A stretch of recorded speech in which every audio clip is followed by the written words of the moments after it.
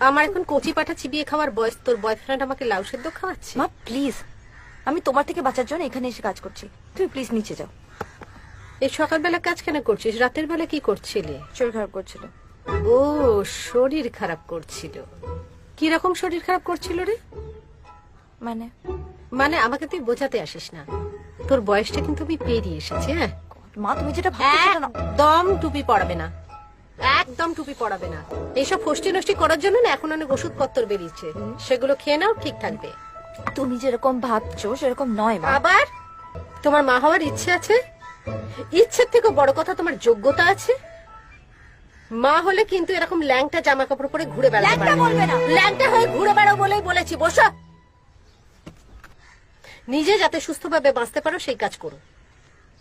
আর তাছাড়া আমার এরকম বয়সে আমার এখন দিদিমা হওয়ার কোনো ইচ্ছে নেই, গিয়ে আমার চলে যাবে না।